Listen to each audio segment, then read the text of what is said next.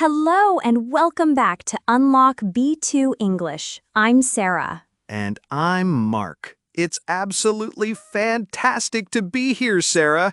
We're not just starting another episode today, we're kicking off something truly game-changing for your English journey. That's right, Mark. We're launching our brand new, innovative 5-day challenge, Build Daily Speaking Habits. This challenge isn't just about learning, it's about transforming how you interact with English every single day, making it a natural, effortless part of your life. Exactly. So many B2 learners hit a plateau. They feel like they need endless hours of formal study or a dedicated conversation partner right next to them to improve their speaking. But that's a huge myth.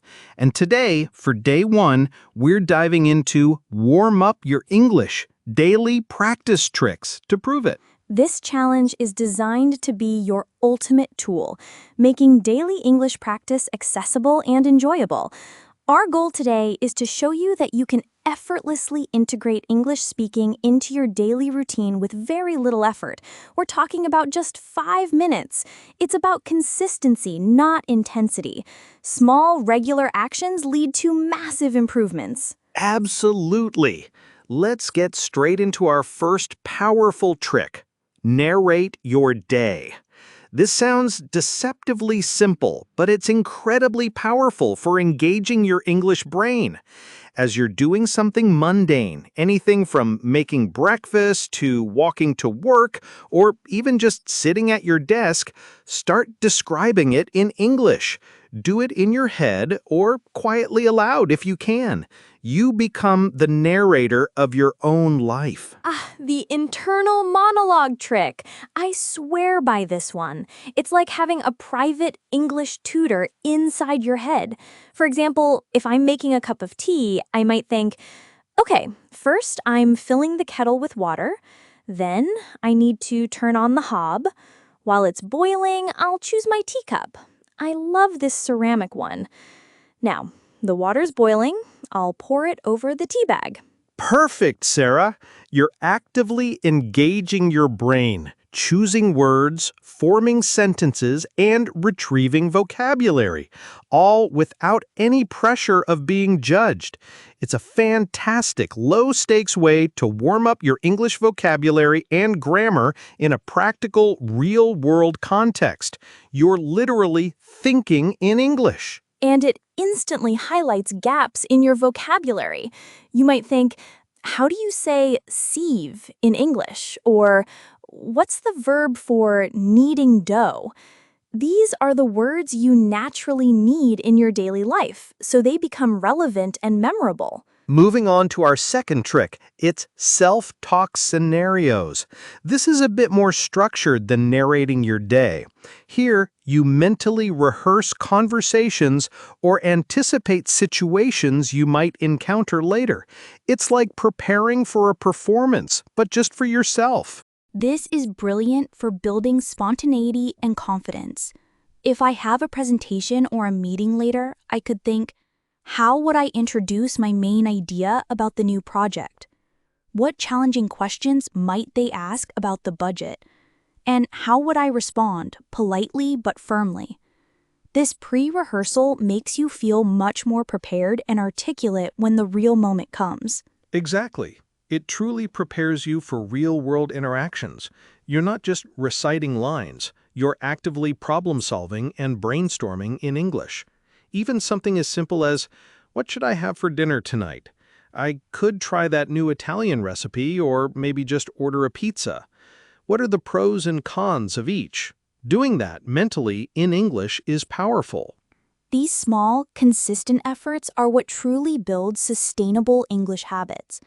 It's not about achieving perfection in these self-talk moments. It's about making English a natural, accessible part of your thinking process. You're training your brain to switch into English mode effortlessly. And here's another incredibly effective trick, especially for improving your pronunciation and rhythm: shadowing.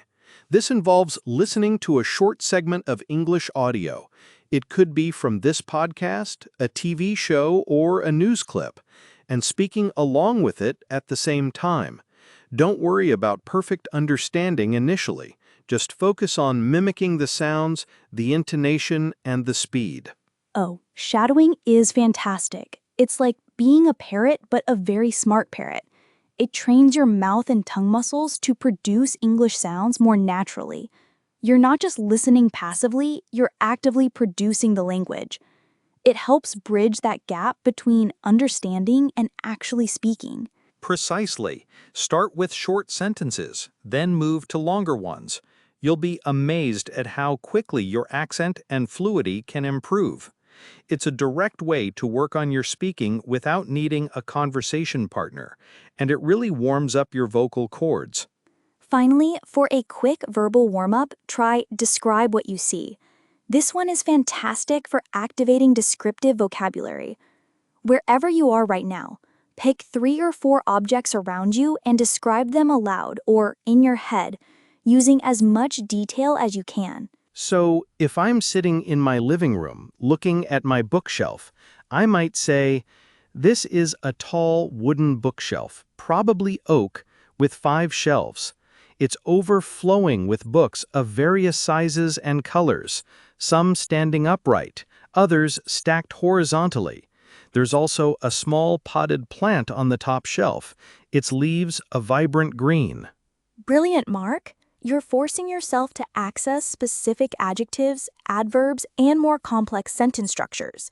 You can challenge yourself to use B2 level vocabulary like overflown or vibrant. Or if you're in a cafe, the ambient lighting is quite warm, creating a cozy atmosphere. The aroma of freshly brewed coffee is filling the air, mixed with a hint of something sweet from the pastries. The key takeaway for day 1 and for this entire challenge is that warming up your English doesn't require a huge time commitment or a special environment.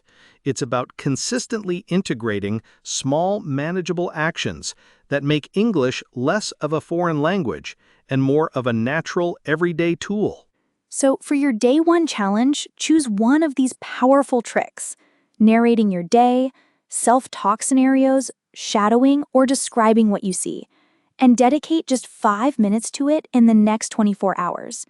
Don't overthink it, just do it. Pay close attention to how it feels. Does it get easier after a few minutes? Do you notice yourself thinking more readily in English? We encourage you to jot down your observations in your new speaking journal, which you can find details about in the student document for this episode. We'll be back tomorrow for day 2 of our Build Daily Speaking Habits Challenge, where we'll dive even deeper into self-practice. Get ready to talk to yourself even more. Don't forget to check out the student document for this episode for a full recap of vocabulary, pre-listening questions, and your actionable steps for deeper practice. You'll find it in the show notes. And if you found today's episode useful for making your English feel more natural and fluent, you might also benefit from revisiting episode 2, Mastering Small Talk Beyond How Are You? It's all about making those initial connections and keeping conversations flowing, a perfect complement to today's warm-up strategies. Thanks for listening to Unlock B2 English. See you next time.